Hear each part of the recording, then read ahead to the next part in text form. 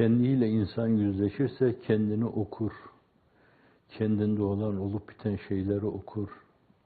Bununla bir taraftan bu fihristi değerlendirerek tekvini emirleri hallac etmeye yönelir. Bir diğer taraftan da Rabbi ile olan münasebetlerini ne ölçüde olduğunu değerlendirir. Daha sıkı durması gerekiyorsa daha sıkı durur. Düşe kalka yürüyorsa şayet koltuk değneği aramaya koşar, birilerine dayanır. Büyüklerin, Selefi Salihinin yaptığı gibi içimde şu olumsuz duygular var, şu hisler var. Allah aşkına bana bir şeyler söyleyin de ben bunlardan sıyrılayım demeleri, istemeleri gibi. Kendini bir hasta gibi hazık hekim saydığı insanların kucağına atar. Ne olur derdime derman der. Ne olur derdime derman der. Böyleleri Allah'ın izniyle patikalarda bile şaşırmadan asfaltta yürüyor gibi yürür giderler. Öbürleri şehrahta yürüyorum gibi yürürler ama fakat patikada olandan daha fazla tökezlerler, kapaklanırlar, düşe kalka yürürler ve hiç farkına varmadan bir yerde de takılır, yollarda kalırlar. Ne acıdır Allah'a doğru giderken takılıp yolda kalmak. Onun için Cenab-ı Hak imanı nasip etmiş, lütfetmiş, elimizde değil. Öyle bir ortamda neşet ettiğimizden dolayı bazılarımız anne babanın bu mevzudaki bir yönüyle belki sergiledikleri tavır ve davranışla taklidi bir şeye ulaşmışızdır. Bazıları bulmuştur sağlam bir insan, bir mürşit. Her mürşide el vermek yolunu sarpa uğratır. Mürşidi kamil olanın gayet yolu asan imiş der Niyazi Mısri. Allah bir mürşide yollarını uğratmıştır. O da ellerinden tutmuş. İstifhamlarını gidermiş, tereddütlerini izale etmiş. Görmeleri gerekli olan şeyi hakkıyla görmeye onları hazırlamıştır Allah'ın izniyle. Biraz evvel bir arkadaşımızın dediği gibi, hani o şimdi bir metamorfoz mu yaşıyoruz? Yani dar bir alandaydık, tırtıl gibiydik. Kayı boyunun Söğüt'te bir tırtıldan metamorfozla bir kelebeğe dönüşmesi gibi, sonra bütün alemde, cihanın dört bir yanında pervaz edip döndüğü gibi, acaba biz de ona doğru mu gidiyoruz? Bir metamorfoz mu yaşıyoruz? Bu taziklerle, bu reddedişlerle, bu bir türlü sindiremeyişlerle, kabul edemeyişlerle, taziklerle, taziplerle, tehcirlerle, tehditlerle, tenkillerle, hapse atmakla, işkence etmekle, acaba Cenab-ı Hak bir metamorfoz mu yaşatacak bize? Arkadaşın dediği doğru gibi galiba Allah Celle Celaluhu öyle bir metamorfoz yaşatıyor. Diyor ki dar bir Türkiye'de esasen anlatacağınız şeyleri siz ancak o darlıktaki bir ülkenin insanına anlatabilirdiniz. Oysa ki taahhüt ettiğiniz, üzerinize aldığınız mesaj evrensel bir mesaj. Dünyanın dört bir yanına duyurulması gerekli olan. Bunu da her nesil nereye kadar götürecekse oraya kadar götürmekle mükelleftir. Öyle bir mefkureye gönlünü kaptıran bir insan, himmetini âli tutar, öyle büyük şeyler düşünür ki, Allah'ın izniyle Cenab-ı Hak imkan ve fırsat verirse bana, ben o işte istihdam ederse şayet, bir helezon yapmaya muvaffak kılarsa, o helezonun bir ucunu da cennetin kapısına dayamaya muvaffak kılarsa, ben ona bile talibim demeli. Çok âli şeylere talip olmalı. Dun himmet olmamalı. Bayağı bir himmet olmamalı. Çok büyük şeyler istemeli Allah'tan. Ama bütün bunların yanında kendini alabildiğine küçük görmeli. Ey benim yüce Allah'ım, büyük yalnız sensin. Sen Allah'sın ki Karınca gibi termitlere kocaman kubbeler yaptırtıyorsun. Ahseni takvime mazhar ettiğin insana dünya çapında bütün insanlığı istihab edebilecek, bir çatı olabilecek bir çatıyı inşa etmeye niye muvaffak kılmayacaksın ki? Ahseni takvime mazhar etmişsin. O ne karıncadır, ne termittir, ne örümcektir, ne de sinek. Senin لَقَدْ خَلَقْنَا الْاِنْسَانَ ف۪ي اَحْسَنِ takvim dediğin, tebcil ettiğin ve melaike-i kirama işte bu kıbleye doğru yönelin dediğin, Adem'e doğru onları yönlendirdiğin insanoğlu, onlara bu büyük işleri yaptırtması Cenab-ı Hakk'ın kudreti bahiresinden, irade-i şamilesinden, meşiyeti sübhaniyesinden, ilmi muhitinden uzak değil ki olmasın. Evet, o her şeye kadirdir. Kün fekan tezgahından her şey bir ol deyivermekle oluverir Allah'ın izni inayetiyle. Ama siz o meseleyi nereye kadar götürürsünüz? Geçmiştekilere bakın yani. Raşid halifeler o kameri münir'in etrafında hale idiler. Işık halkaları halindeydiler. Bir yere kadar götürdüler. Bir yerde önleri kesildi oraya kadar. Arkadan gelenlere emanet ettiler. Onlar da o emanete sahip çıktı, aldı bir yere kadar götürdüler. Birileri başka bir yere kadar götürdü. Bidayette arz ettiğim gibi himmetlerini âli tuttular. Yolda uykuya dalmadılar. Yolda kendini uykuya salan alem gider de o kalır kaldığı yerde. Alem gider de o kalır kaldığı yerde. Bu emanet bugün sizin üzerinizde ise bunu falanı filanı idare edenlerden beklemeyin. Onlar idare tutkusuyla, şöhret tutkusuyla sadece kendi iktidar ve kendi saltanatlarını sağlama bağlama adına ellerinden gelen 50 türlü argümana başvururlar. 50 türlü demagojiye başvururlar. Makyavelistçe hareket ederler. Ama tamamen ilahi kelimetullah kendine adamış. Namı celili ilahi bayrak gibi her yerde dalgalansın. Şu ezan-ı Muhammed'i her yerde bizim minarelerimizde yükseldiği gibi yükselsin. Mülahazasına bağlı, işe öyle bağlı bir mülahaza ile hareket ederseniz Allah da Celle Celaluhu kale kapıları gibi önünüzde ne kapılar açar, ne kapılar açar. Zira o müfettihül ebvaptır. Türkiye'de bazı kapıların size kapandığına müteessir olmayın. Bir kapı bend ederse 1000 kapı eğiler küşat.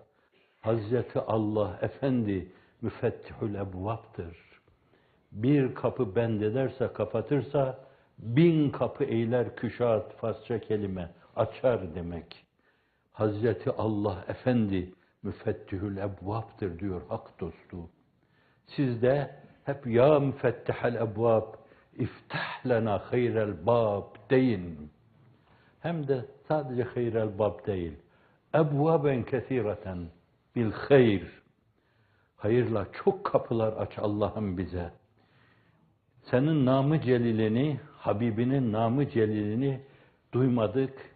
İnsan kalmasın. Herkese onu belli ölçüde götürelim. Onlar içinde bir yönüyle biz de sizdeniz diyenler olsun. Saffı evveli teşkil edenler.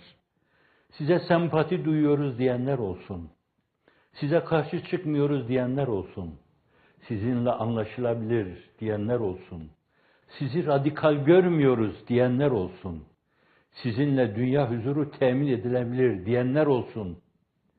O kabul hangi çerçevede, hangi seviyede olursa olsun bu sizin için bir kazanımdır ve nezd-i üluhiyette hora geçen hususlardandır.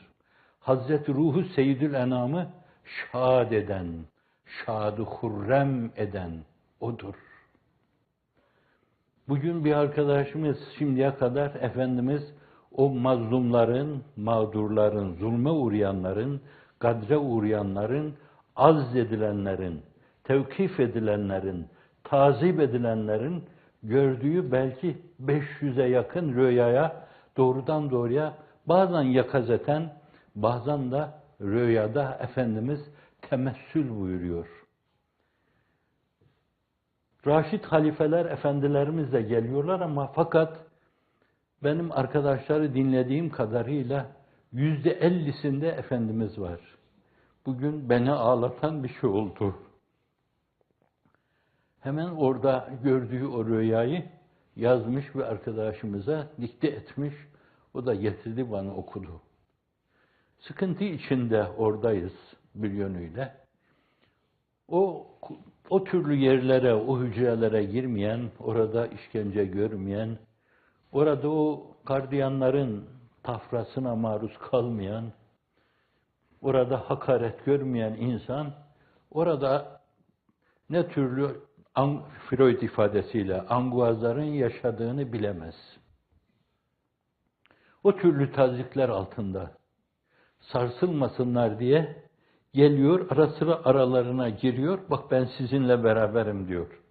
Sana can kurban, sen bizimle beraber olduktan sonra ömür boyu olsa katlanırız ona.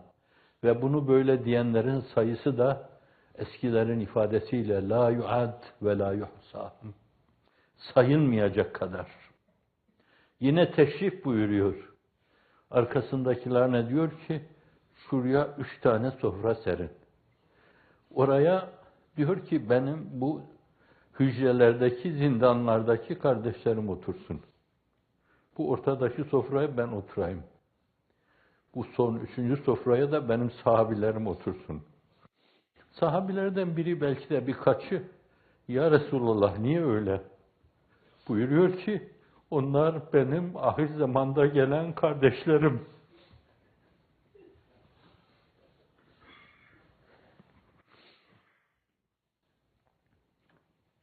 Teveccüh bu olunca, bence insan preslense, paletler altında kalsa bile yeğidir, değer yani.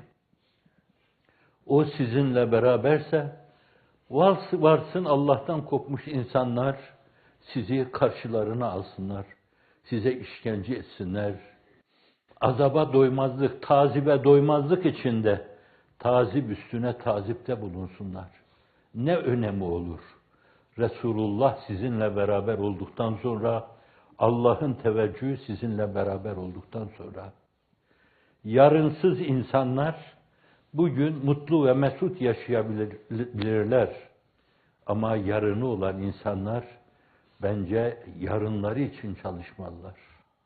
Dünyada yarınları için, kabirde yarınları için, ahirette yarınları için, yarınlar ötesi yarınlar diyeceğim.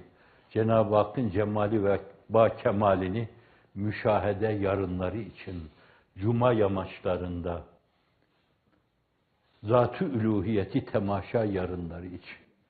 Cenab-ı Hak bu yarınlarla serfiraz kılsın sizleri. Hani siz deseniz de demeseniz de biz zaten bu meseleye dilbesteyiz Allah'ın izni inayetiyle. Hiçbir şey görmesek, hiçbir rüya ile bu mevzuda teyit almasak, hiçbir yakaze ile harekete geçmesek, metafizik bir gerilime geçmesek, şu andaki konumuz itibariyle Allah'a binlerce hamdü sena olsun, bizi Müslüman yaratmış, dünya muhabbetini kalbimizden silip atmış, bizi cebri olarak kendine tevcih etmiş. Sonra da demiş ki, siz misyonunuz itibariyle dar Türkiye'nin adamları değilsiniz. Şimdi ihtiyarı olarak hicret yapmamıştınız.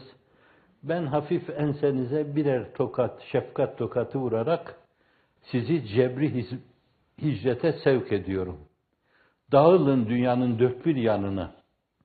Müslümanlığı asr-ı saadette yaşanan şekliyle insanlığa gösterin.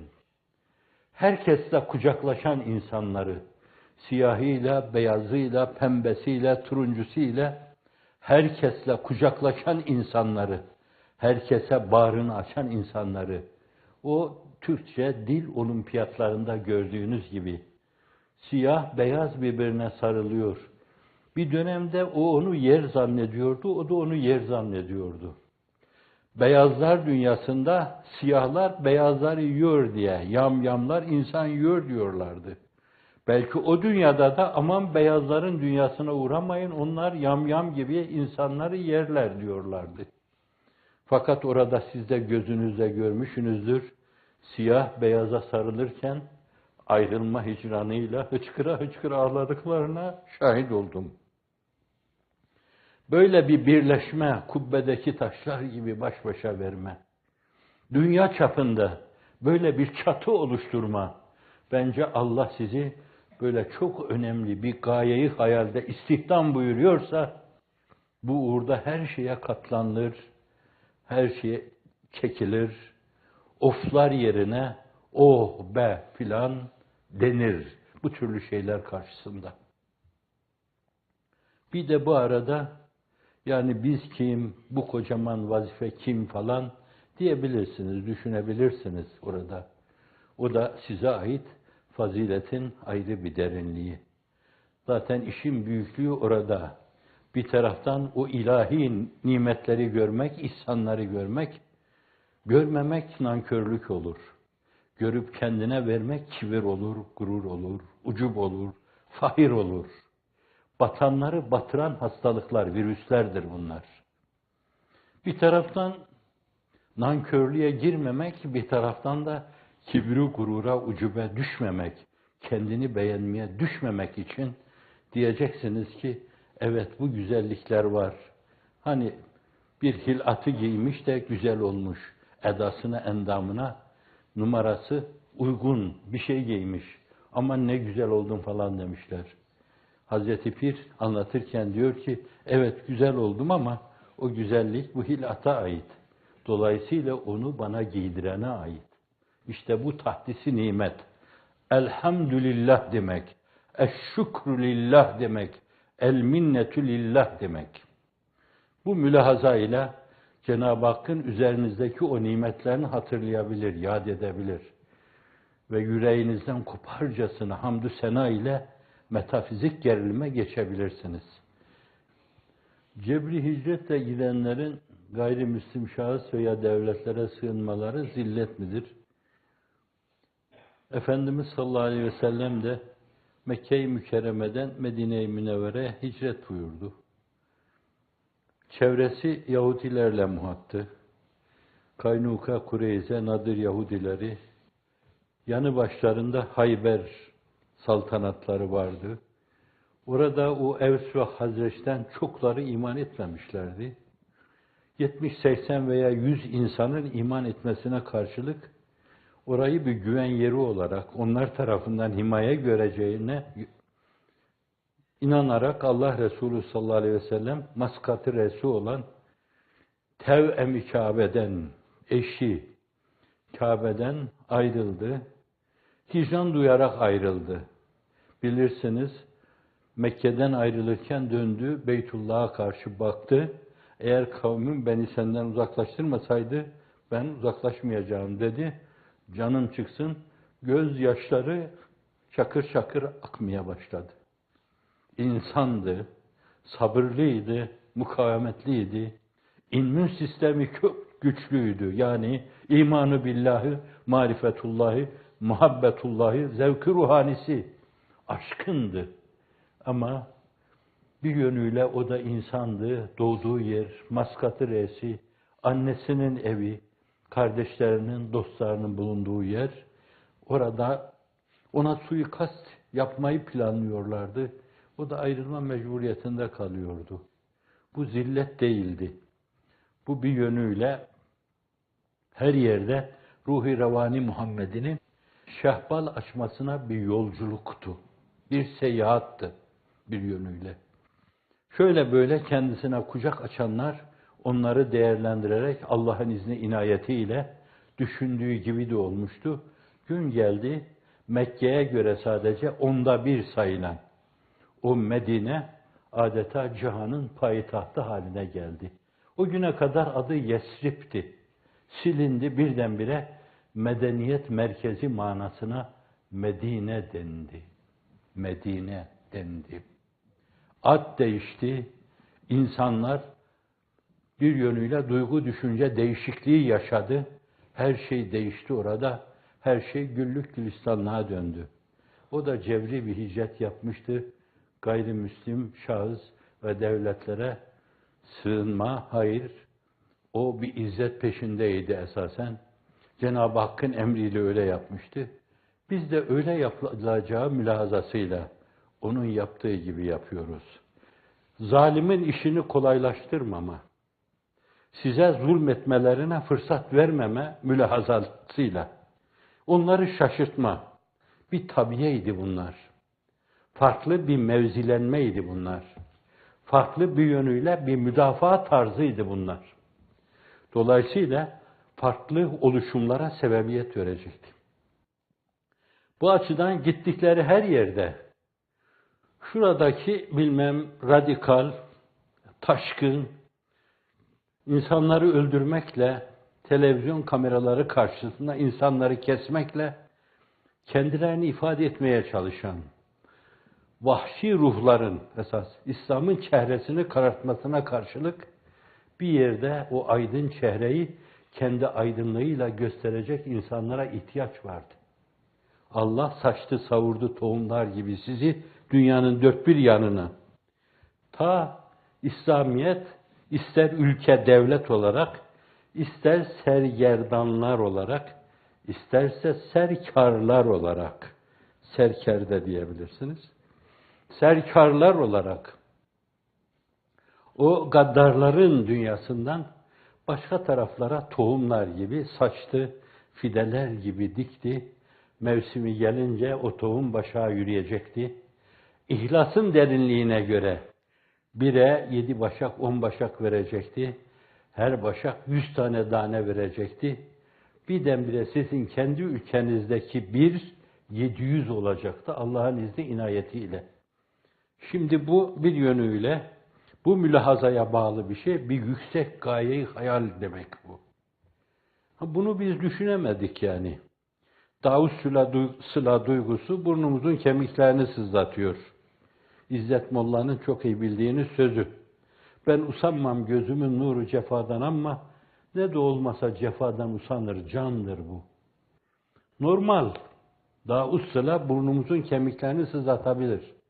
Fakat Cenab-ı Hakk'ın istihdamı alanında o hizmet etme şeyi, hele gelecek adına vaat ettiği şeyler açısından bakınca, biraz evvelki sofralar mülahazasını rica ederim ben, nazardan dur etmeyin.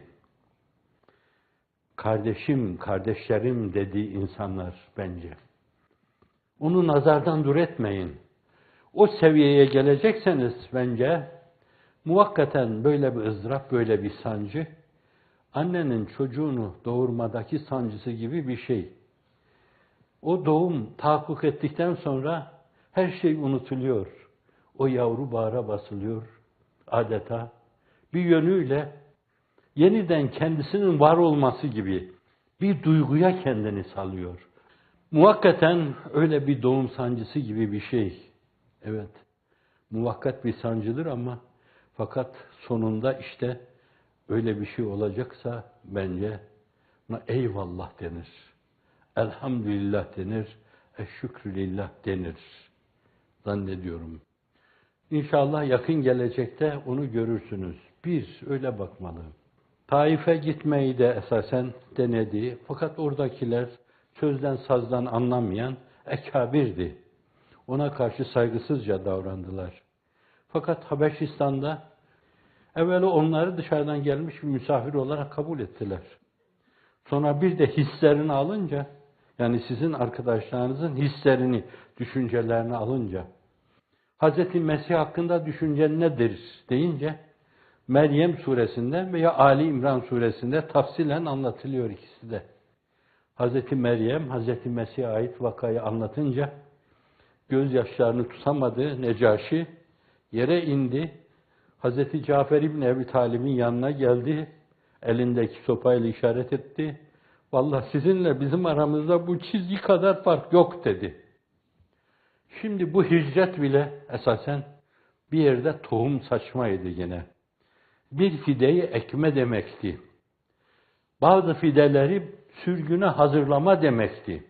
Ve bir gün onlar ser çekecek, nicelerinin başına gölgelik yapacaklardı Allah'ın izniyle. Cafer İbni Ebi Talib'in riyasetinde gitmişlerdi. O hayat hep böyle geçti. Medine-i Münevvere Hayber vakası esnasında döndü. 5-6 sene sonra da Mü'te vakasında ruhunun ufkuna yürüdü.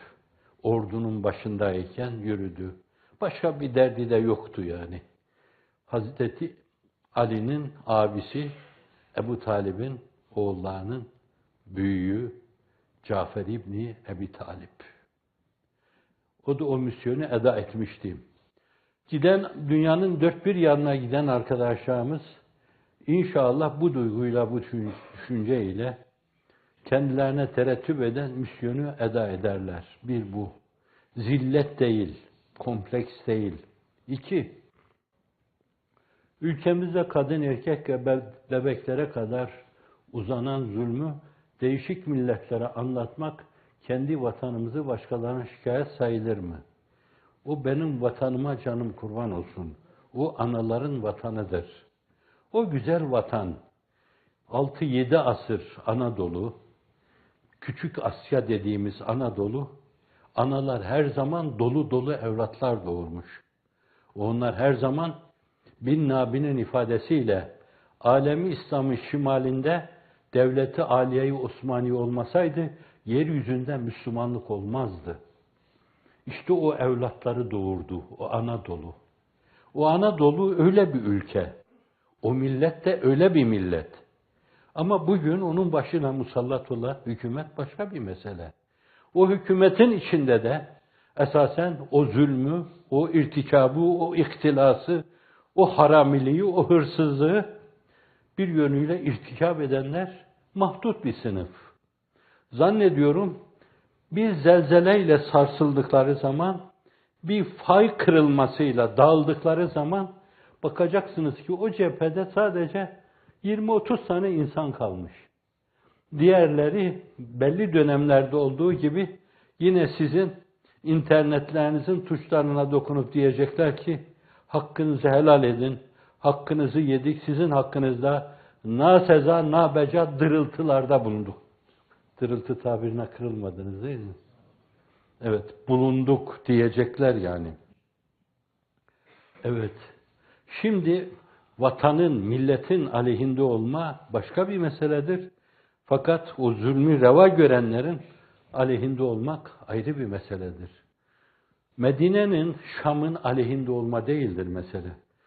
Birinin aleyhinde olma söz konusu ise Haccacı zalimin aleyhinde olma, Yezid'in aleyhinde olma, bir manada Abdülmelik'in aleyhinde olma, Mervan'ın aleyhinde olma gibi bir şeydir. Bunlar o ülkenin, o beldenin, o muhitin insanın aleyhinde olma demek değildir. Nasıl olursunuz ki Şam'daki o Emeviler Endülüs'ü fethettiler bir yönüyle Tarık bin Ziyad'la ve 8 asır orada Batı Rönesansı'na ekollük yapacak bir ülke haline getirdiler. Nasıl diyebilirsiniz? Nasıl diyebilirsiniz ki Abbasiler bir yerde başkalarını yıktı, Bağdat'ta bir saltanat kurdular. Ama Rafizi yayılmasına karşı surlar, serler oluşturdular. Bu aynı zamanda ilme bir gelişme hızı verdiler ki 4. 5. asırda küre-i arzın çapını ölçecek insanlar yetişti. Benu Musa hep arz ediyorum. Küre-i arzın çapını ölçtüler kaç metre? Meseleyi oraya kadar götürdüler Allah'ın izni inayetiyle. Uçma denemeleri yaptılar. İbn Sina'lar yetiştiler. Harizmler yetiştiler. Raziler yetiştirdiler. Dünya tebabetine İbn Sina'nın kitapları 7-8 asır okundu. Razi'nin kitapları 7-8 asır okundu. Dolayısıyla ülkenin kadınına da, erkeğine de, ricaline de, nisasına da, şebabına da, kühulüne de, şuyuhune de canım kurban olsun. Can kurban olduğum bir ülkedir o ülke. Ama bazen talihsizlikler yaşamış, bir yönüyle liyakati olmayan bir kısım kimseler gelmiş musallat olmuşlardır. Ama saf, temiz, duru millet, hüsnü zannına yenik düşmüş, onları gerçekten o işin, o meselenin biricik temsilcisi gibi görme yanlışlığına düşmüştür. Zuhulüne maruz kalmıştır. Evet, bu açıdan vatana, millete karşı saygısızlık değil. Elbette değişik milletlere anlatacaklar o zulmü. Ta dünya bir yönüyle zulme sus desin artık. Cenab-ı Hak o mübarek ülkeyi, bölgeyi dağılmadan, saçılmadan muhafaza buyursun. Yurdumuzdur. Evimize el koymuşlardır. Malımıza, mülkümüze el koymuşlardır. Önemli değil bunlar. Bizim dünyada zaten dikili bir taşımız yok. Her şeyimize el koysalar bile, fakat o ülke bizim olsun yeter. Ama başındaki insanlar o işe yetmez. Yetmediklerini gösterdi, kendilerini problemler sarmalı içinde buldular. Ve şimdi çırpınıp duruyorlar. Şuraya mı dilencilik yapsak, buraya mı dilencilik yapsak? Kin ve nefretlerini sizi yok etme, yıkma adına etrafa para saçmak suretiyle rezaletlerini ortaya döküyorlar. Bu kadar yakışıksız laflar ettim ve siz de bundan rahatsız olduysanız bağışlamanızı rica edeceğim. Zannediyorum dünyanın zaten değişik yerlerde çok farklı ad ve ünvanlarla bir kısım hukuki müesseseler ve aynı zamanda müeyyide hakkı olan, yaptırım hakkı olan müesseseler yeni bir şeyler yapıyorlar duydukça, olup bitenleri duydukça. Şu kadar çocuğun anne kucağında, memede, belki süt emme bile imkanı bulamadan hücrelerde, zindanlarda ağlayıp durduğu, bazen ağlamalara bile makul cevap verilemediği hali, dünya yavaş yavaş bunlara muttali oluyor. Hanımın kocasından ayrı düştüğü, kocanın hanımından ayrı düştüğü, ikisini de içeriye almışlarsa şayet, biri ayrı hücrede, öbürü ayrı hücrede. Zalimlerin yapmadıkları şeylere maruz kalma işi. Bunlar elbette ki ülkemizin, milletimizin aleyhinde olmadan, esas bu işi yapan adli, idari, siyasi, istihbari, mülki kimlerse şayet, onları bir yönüyle, hususiyle o mesavi irtikab eden, o günahları, maasi irtikab eden insanları bir yönüyle, bir bunları dinleyin, gözcü olarak bir gidin, bir o zindanlara kulak verin, bir oradaki insanların diyeceklerine kulak verin. Demek, bu inanan insanların meşru hakkıdır. Bu hak ne günahtır, ne de bir vebaldir, ne de millete karşı, vatana karşı saygısızlıktır. Haktır. Hatta dememek bu mevzuda bir yönüyle hala onlara o zulüm etme devam edeceğinden dolayı belki Allah sorguya tabi tutacaktır. Neden kendinizi anlatmadınız? Neden o zalimleri dünyaya duyurmadınız diye Cenab-ı Hak sigaya çekecektir. Bu açıdan hiçbir şey yapmamış, hiçbir şey yapmadığı halde dünyanın dört bir yanına sürgün yaşayan bu insanlar elbette maruz kaldıkları bu şeyleri zalimin işini kolaylaştırmama adına, o en büyük vebaldir. Zalimin işini kolaylaştırmama adına. Hz. Musa zalimin işini kolaylaştırmama adına dönüp özür dilerim ey amnofis. Sen biraz arkamdan koşturdun, zahmet çektin, kusura bakma falan dememiştir. Hz. Nuh dememiştir. Hz. İbrahim dememiştir. Efendimiz dememiştir. Hiç kimse dememiştir. Demek, zalimden özür dilemek, zulme iştirak etme demektir. Allah onları hakiki hidayete erdirsin. İhtine sıratan müstakim hakikatiyle serfiraz kılsın. Bu yanlış yoldan dönmeye muvaffak eylesin. Size, bize de sabrı cemil ihsan eylesin. Yol doğru, yöntem doğru, hedef doğru, çekilen bir kısım sıkıntılar var. Olsun ne gam. Günahlarımıza kefaret olacak. Varsın, olsun. Elhamdülillahi ala kulli hal, sivel küfrü ve dalal.